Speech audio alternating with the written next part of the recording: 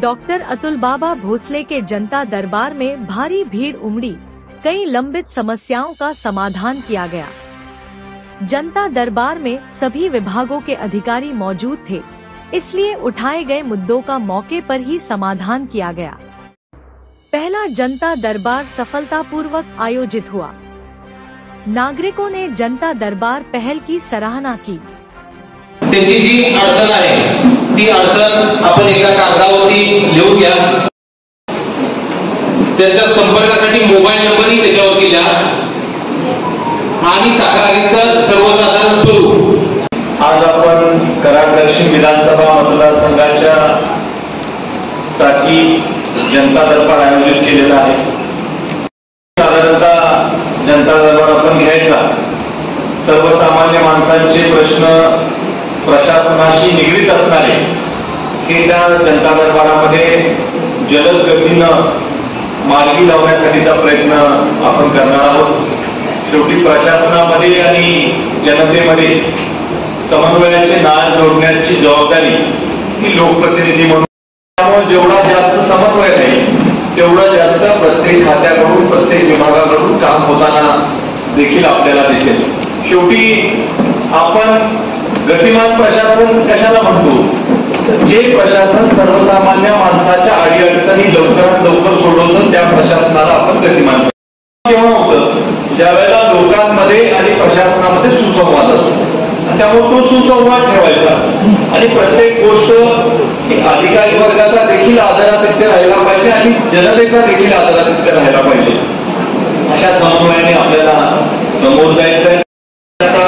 छोटे छोटे प्रश्न असतात आणि त्या प्रश्नासाठी त्यांना बरेच वेळेला विलंब होतो किंवा लवकर वेळेमध्ये प्रश्न सुटत नाही, याच्यासाठी अनेक लोकांच्या तक्रारी देखील असतात आणि अशा तक्रारी होऊ नये याच्यासाठी आपण सगळ्या उपाययोजना येणाऱ्या काळामध्ये करणार आहोत। विशेषतः आपल्या कराड पंचायत समितीचे 19 विभाग आहेत आणि हे 5 वेगवेगळ्या ठिकाणांनुसार, त्यामुळे सामान्य माणसाला खूप त्रास होतो। वेगवेगळ्या ठिकाणी माणसांना प्रश्न सोडवण्यासाठी जावं लागतं। पण आता आपण ग्रामविकास खात्याकडनं पंचायत समितीची नवीन इमारत करून घेतोय।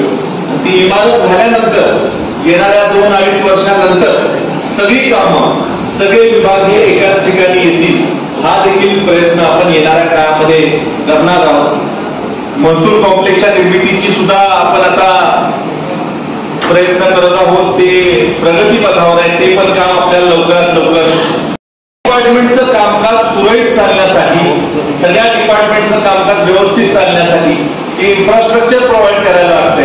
ते सगळे इन्फ्रास्ट्रक्चर सरकारच्या माध्यमातून आपण उपलब्ध करून देण्यासाठीचा आपला प्रयत्न आहे।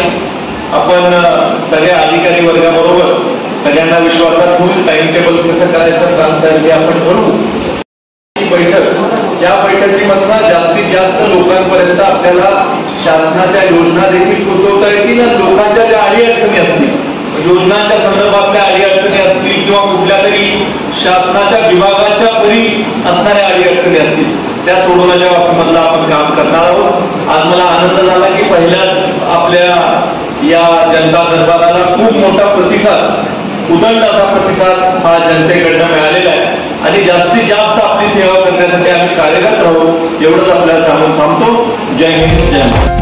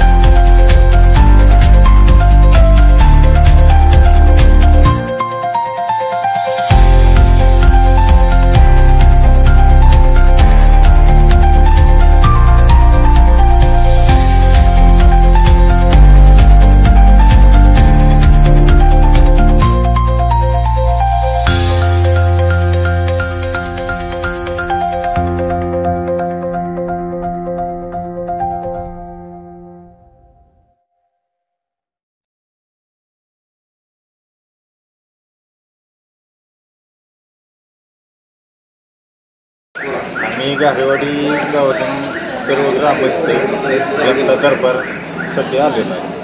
तर गावातील पाणी पुरवठा योजनेच्या व इतर रस्ते अंतर्गत काँक्रिटीकरण या कामाच्या निमित्तानं चर्चा करण्यासाठी हा उपक्रम जो राबवला आहे तो अतिशय छान आहे आणि यातून बरेचसे प्रश्न मार्गी अगदी कमी वेळेत मार्गी लागत आहेत. त्यामुळं हा उपक्रम एकदम छानपैकी राबवला जात आहे.